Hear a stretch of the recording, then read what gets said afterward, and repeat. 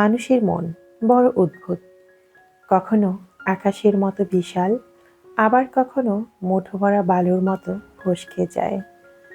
হাসির আড়ালে সে লুকিয়ে রাখে হাজারো না বলা কান্না। চোখের উজ্জ্বলতায় সাজিয়ে তোলে অসংখ্য ভাঙা স্বপ্নের টুকরো। মন চায় অল্পতেই শান্তি, কিন্তু খোঁজে সবকিছুর ভেতরেই অসীম সুখের ঝলকানি।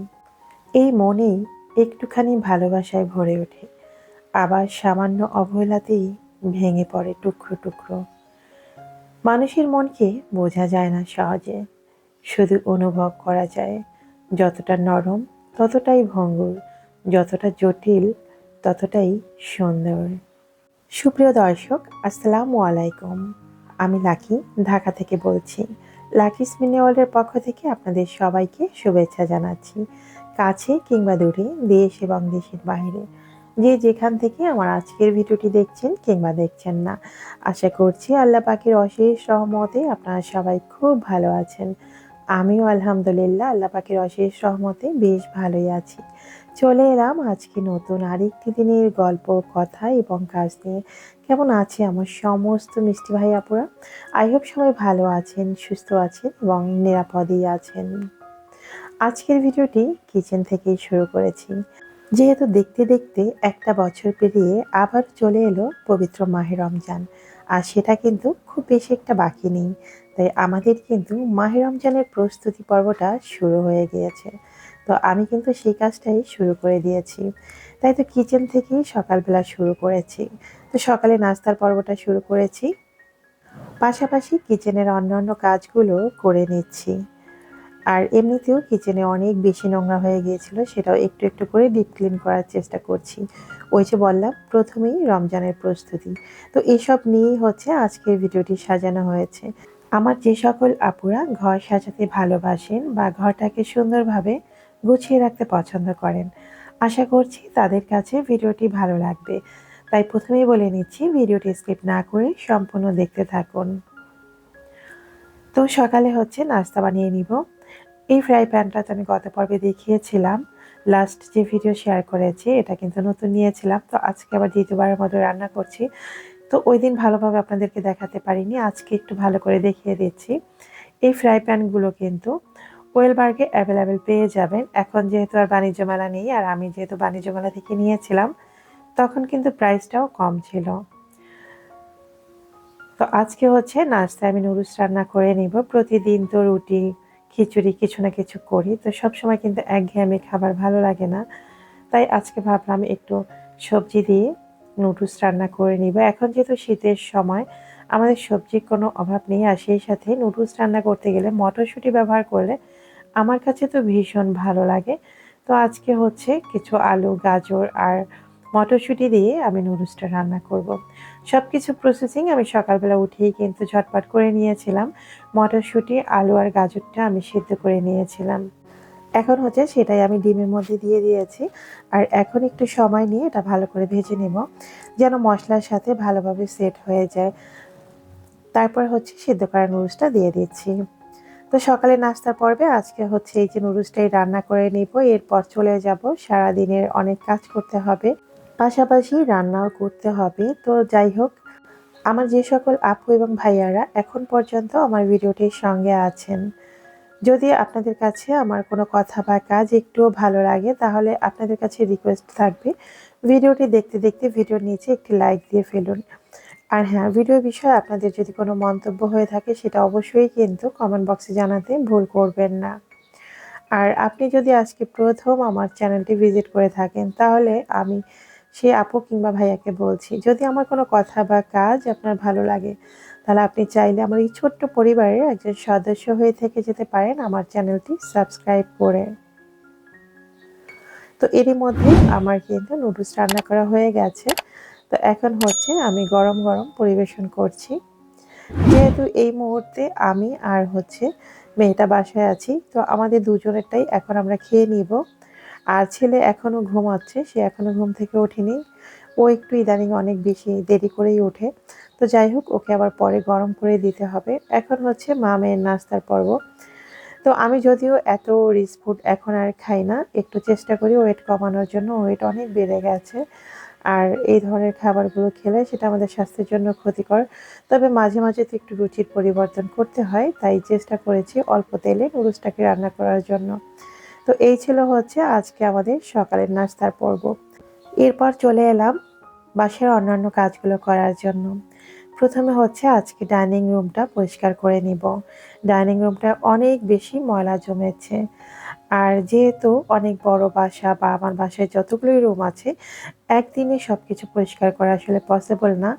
বাসার প্রতিটা রুমেই কিন্তু কম বেশি ফার্নিচার রয়েছে, আর যেদিন যেই রুমটা পরিষ্কার করব সেদিন কিন্তু আমি সেই রুমের সমস্ত ফার্নিচারগুলো পরিষ্কার করে ফেলবো, যতটা সম্ভব ডিপ ক্লিন করে নিব।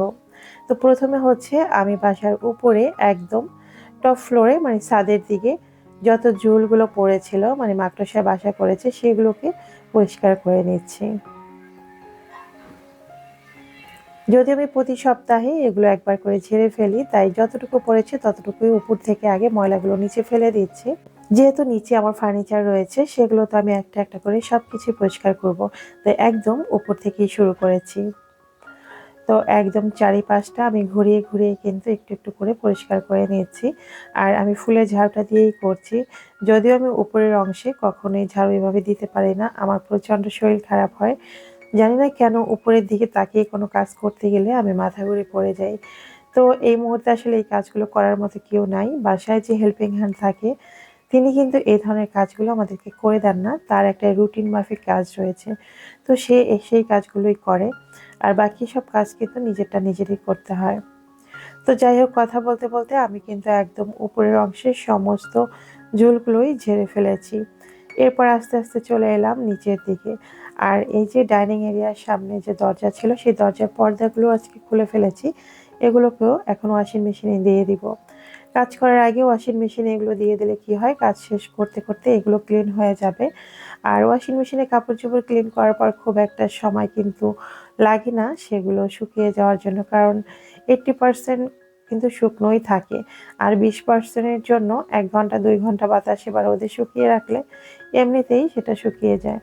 পর্দার সাথে আমার সোফার যে কুশন কাভারগুলো ছিল, সেই কাভারগুলো একসঙ্গে দিয়ে দিয়েছি, কারণ অল্প অল্প করে বাসার সমস্ত কাজগুলোই এখন কিন্তু গুছিয়ে নিতে হবে। রমজানের 1 মাস কিন্তু আমাদের খুব একটা বেশি ঘরের কাজ করা যায় না, কারণ সেই সময়টা থাকে না। এমনিতেই আমরা সেই মাসটা অনেক বেশি ইবাদত বন্দেগী করে থাকি, আর সারাদিন রোজা রাখার পর যতটুকু সম্ভব নামাজ পড়া, কোরআন তিলাওয়াত করা, এরপর তো ইফতার আয়োজন রয়েছে। তো সব মিলিয়ে তখন কিন্তু ঘর দুয়ার পরিষ্কার করার খুব একটা সময় পাই না। তো যতটুকু সম্ভব চেষ্টা করছি রোজা শুরু হওয়ার আগেই আমার বাসাটাকে একটু পরিষ্কার করে গুছিয়ে নেওয়ার জন্য। তো কাপড়গুলো আমি ওয়াশিং মেশিনে দিয়ে দিয়েছি। আর এই যে দেখতে পাচ্ছেন নতুন একটা শু ক্যাবিনেট আমরা বানিয়েছি। এটা কিন্তু আমি বানাতে দিয়েছিলাম প্রায় বছর খানেক হয়েছে। যখন আমি প্রথম এই বাসায় শিফট হয়েছি, মানে আমার নতুন ফ্ল্যাটে, তখন অর্ডার দিয়েছি। তো সেটা মাত্র পেয়েছি। যাই হোক, 1 বছর সময় লেগেছে, এমন লোকের কাছেই আমি বানা দিয়েছিলাম। তো অবশেষে যে হাতে পেয়েছি সেটাই আসলে অনেক কিছু। তো এরপর আবারও চলে এলাম আমি ডাইনিং এরিয়ায়। প্রথমে হচ্ছে আমি ফ্রিজের উপরের অংশগুলো ভালো করে পরিষ্কার করে নিয়েছি। এইসব জিনিসে কিন্তু অনেক বেশি ময়লা ধরে। যেহেতু এগুলো আমরা রেগুলার ইউজ করি, হাতে অনেক বেশি লাগানো হয়। আর আমার বাসাটা যেহেতু একদমই খোলামেলা, তাই অনেক বেশি কিন্তু বাতাস আছে। আর বাতাস থাকা মানেই হচ্ছে ধুলাবালু থাকবেই। আর তাছাড়া ডাইনিং এরিয়ার কোনো কিছুই কিন্তু আমি খুব শীঘ্র একটা পরিষ্কার করিনি, মানে হাত লাগাইনি। যতটুকু উপর থেকে সম্ভব ততটুকুই পরিষ্কার করেছি। তো ডিপ ফ্রিজের উপরে যে রান্নাটা দেওয়া ছিল সেটাও আমি আজকে চেঞ্জ করে ফেলেছি। এখানে নতুন একটা রান্নার দিয়ে দিয়েছি। ফ্রিজের সাথে কালারটা কিন্তু ভালোই ম্যাচ হয়েছে। তো যাই হোক, দেখতে কিন্তু ভালোই লাগছে। আপনাদের কাছে কেমন লাগছে সেটা কিন্তু অবশ্যই কমেন্ট করে কমেন্ট বক্সে জানাতে ভুল করবেন না। আর এই যে এটা হচ্ছে আমার পুরাতন যে শু ক্যাবিনেটটা। যেহেতু আমার বাসার সিঁড়ির সামনের কাজগুলো এখনো কমপ্লিট হয়নি, তাই আমি কিন্তু এই শু ক্যাবিনেটটা বাইরে রাখতে পারছি না। যদিও যখন আ সিঁড়ির কাছে কাজগুলো কমপ্লিট হয়ে যাবে, তখন কিন্তু শু ক্যাবিনেটটা বাইরে নিয়ে যাব। তো আপাতত আমি এটাকে এখানেই রেখেছি, আর উপরে হচ্ছে একটু ডেকোরেশন করে নিচ্ছি। যেহেতু সবসময় বাসায় ফল থাকে, আর ডাইনিং টেবিলটা ফাঁকা রাখার জন্যই ফলের ঝুড়িগুলো কিন্তু আমি অন্য জায়গায় রাখি। ডাইনিং টেবিলে যদি সবসময় ফলের ঝুড়ি রাখি তাহলে কিন্তু ডাইনিং টেবিলের স্পেসটা একদম ছোট হয়ে যাবে, খাওয়ার সময় অনেক বেশি ঝামেলা হয়। তো চেষ্টা করি ডাইনিং টেবিলের উপরে ফলের ঝুড়িগুলো না রাখার জন্য। এরপর হচ্ছে কিচেন ক্যাবিনেটটা পরিষ্কার করে নিচ্ছি। এর উপরেও কিন্তু প্রচুর পরিমাণে ময়লা জমে যায়, আর এখানে কোথা থেকে যেন বড় একটা মাকড়সা এসে প্রায় বাসা করে। মানে এমনভাবে জালগুলো তৈরি করে মনে হচ্ছে ঘন্টার মধ্যে তারা পারলে পুরো বাসাটাই দখল করে নেয়। আসলে এটা কেন হয় আমি আজও বুঝতে পারিনি। প্রায় এই সমস্যাটা আমার পড়তে হয়। তো যাই হোক, আজকে এই যে উপরের অংশটা ভালো করে পরিষ্কার করে নিয়েছি। যতই আমি ঢেকে রাখি, পরিষ্কার করি না কেন, আবার বিকেলের মধ্যে দেখব সবকিছু ময়লায় ধরে গেছে। তো মাঝখানে অনেকদিন যেহেতু অসুস্থ ছিলাম, আর এখনও যে খুব একটা সুস্থ বিষয়টা কিন্তু তাও না, এখনও প্রায় অসুস্থ থাকছি। তো যে কারণে চাইলেও অনেক কাজ অনেক সময় আমি করতে পারছি না শারীরিক সমস্যার কারণে। অনেক কিছুই গ্যাপ দিয়ে করতে হচ্ছে। একটা সময় ছিল সারাক্ষণ কিন্তু অনেক কাজ করতে পারতাম। এখন আর সেটা পারি না। যদিও কাজের পরিমাণ অনেক বেশি এখন বেড়ে গেছে। বাসার ভেতরের কাজ, বাহিরের কাজ। কারণ আমার ছোটখাটো একটা গার্ডেন আছে, সেটা তো আপনারা অনেকেই জানেন। তাছাড়া বেলকনিতেও বেশ কিছু গাছ রয়েছে। তো সব মিলিয়ে মোটামুটি ভালো কিছু গাছই রয়েছে। সেগুলো কিন্তু এক্সট্রা অনেক কেয়ার করতে হয়। গাছ থেকে একটা ফল পাড়তে যতটা আনন্দ লাগে, ঠিক ওই আনন্দটুকু পাওয়ার জন্য অনেক বেশি পরিশ্রমও করতে হয়। আপনারা অনেকেই কমেন্ট করেছেন আমার বাগানটা অনেক বেশি পছন্দ করেন। সত্যি বলতে, বাগান করা বা গাছ লাগানো পছন্দ করে না এমন মানুষ খুবই কম আছে। আর আমাদের জীবন কিন্তু এমনিতেই কেমন যেন একটা বন্দি ছকের মতো। সারাক্ষণ বাসার কাজ করা, এই ঘরের মধ্যেই বন্দি থাকি। নিজের পার্সোনাল সময় বলতে কিছুই পাওয়া যায় না। যদি কোনো শান্তি বা প্রশান্তি বলে থাকেন, সেটা বলতে আমার নিজের শখ, আর সেটা হচ্ছে বাগান করা। গাছ লাগানোটা আমার একটা নেশার মতো হয়ে গেছে। পকেটে যদি টাকা থাকে তখন মাথায় এখন ঢুকে হচ্ছে কি গাছটা কেনা যায় বা গাছের জন্য কি কেনা যায়। বিশ্বাস করেন, এজন্য আমার কিন্তু অনেক বকাও শুনতে হয়। কিন্তু আমি আসলে কাউকে বোঝাতে পারবো না। গাছগুলোকে আমি অনেক বেশি ভালোবাসি, আর এর যত্নের জন্য যা কিছু প্রয়োজন সেগুলো কিন্তু আমি সবসময় কিনে থাকি।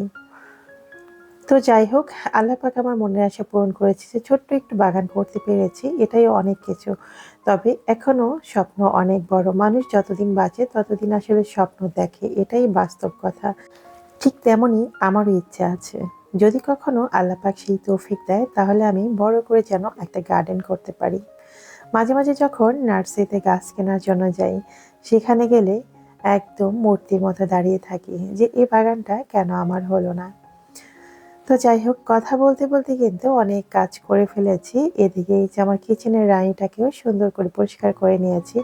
এর উপরে এত বেশি ধুলাবালু পড়ে, মানে কি বলবো, ধুলাবালুর কথা বলতে গেলে আমার মনে হয় আমার মতো যারা ঢাকাতে রয়েছেন, আমার সেই সকল আপুরা অবশ্যই বুঝবেন যে কি পরিমাণ ধুলাবালু। আর তাছাড়া আমার এই ভবনটা এখন পর্যন্ত নির্মাণাধীন। আর কত বছর যে নির্মাণাধীন থাকবে সেটা আল্লাহ পাকই ভালো জানে। তো যাই হোক, যতদিন নির্মাণাধীন ভবন থাকে ততদিন কিন্তু ভবনে ময়লার পরিমাণটাও অনেক বেশি থাকে। তো এই জন্যই আমাদের কাজের পরিমাণটাও অনেক বেশি। তো আজকে হচ্ছে আমি সম্পূর্ণ ডাইনিং এরিয়াটাকে পরিষ্কার করে নিচ্ছি। এতেই কিন্তু আমার সারাটা দিন লেগে গেছে। আপনারা হয়তোবা ভিডিওটার মধ্যে ১৫-২০ মিনিটের মধ্যে দেখে শেষ করে ফেলেছেন। কিন্তু কাজগুলো করতে কিন্তু ১৫-২০ মিনিট সময়ের মধ্যে হয়ে যায়নি। অনেক সময় লেগেছে।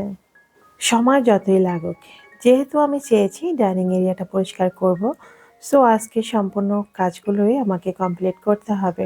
তো এক এক করে আমি সব কিছু পরিষ্কার করে নিচ্ছি। এখন হচ্ছে ডাইনিং টেবিলটাকে পরিষ্কার করে নিচ্ছি। ফুলগুলোর উপরে অনেক বেশি ধুলা পড়েছে। তো আজকে হচ্ছে আমি একটু ঝেড়ে নিচ্ছি। এরপরে আমি টেবিলের উপরের অংশটাকে ভালো করে পরিষ্কার করে নিচ্ছি। টেবিলের উপরে আমি সবসময় কিন্তু এই ট্রান্সপারেন্ট পেপারটা ব্যবহার করি।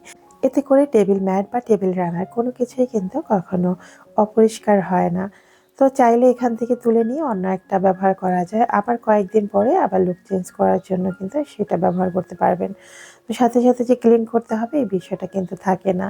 তো যাই হোক, আমি ট্রান্সপার পেপারটা টেবিলে থাকা অবস্থায় ভালো করে পরিষ্কার করে নিয়েছি যেন পরবর্তীতে টেবিলের রানাটা সরিয়ে বা টেবিল ম্যাটটা সরিয়ে নতুন করে একটা বিছিয়ে আবার এটা দিয়ে দিতে পারি।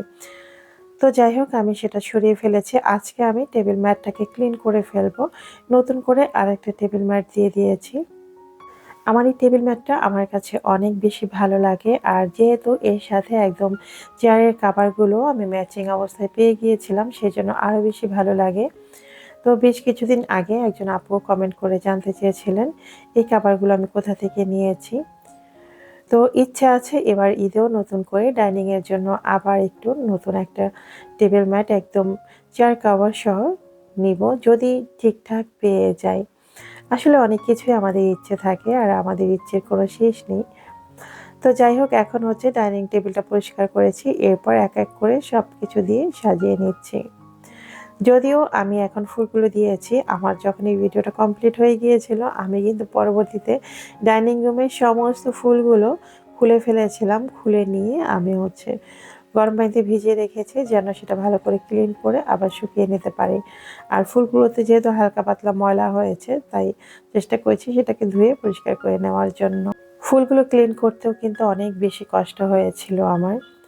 তো ডাইনিং এর উপরের কাজগুলো তো কমপ্লিট হয়ে গেছে। এখন হচ্ছে আমি ফ্রিজটাকে পরিষ্কার করে নিচ্ছি। ফ্রিজের উপরেও অনেক বেশি ধুলা পড়ে আছে, আর কালো জিনিসে কিন্তু ধুলা ময়লা পড়লে সেটা কিন্তু অবশ্যই বেশি দেখা যায়, যে কারণে আরো বেশি খারাপ লাগে।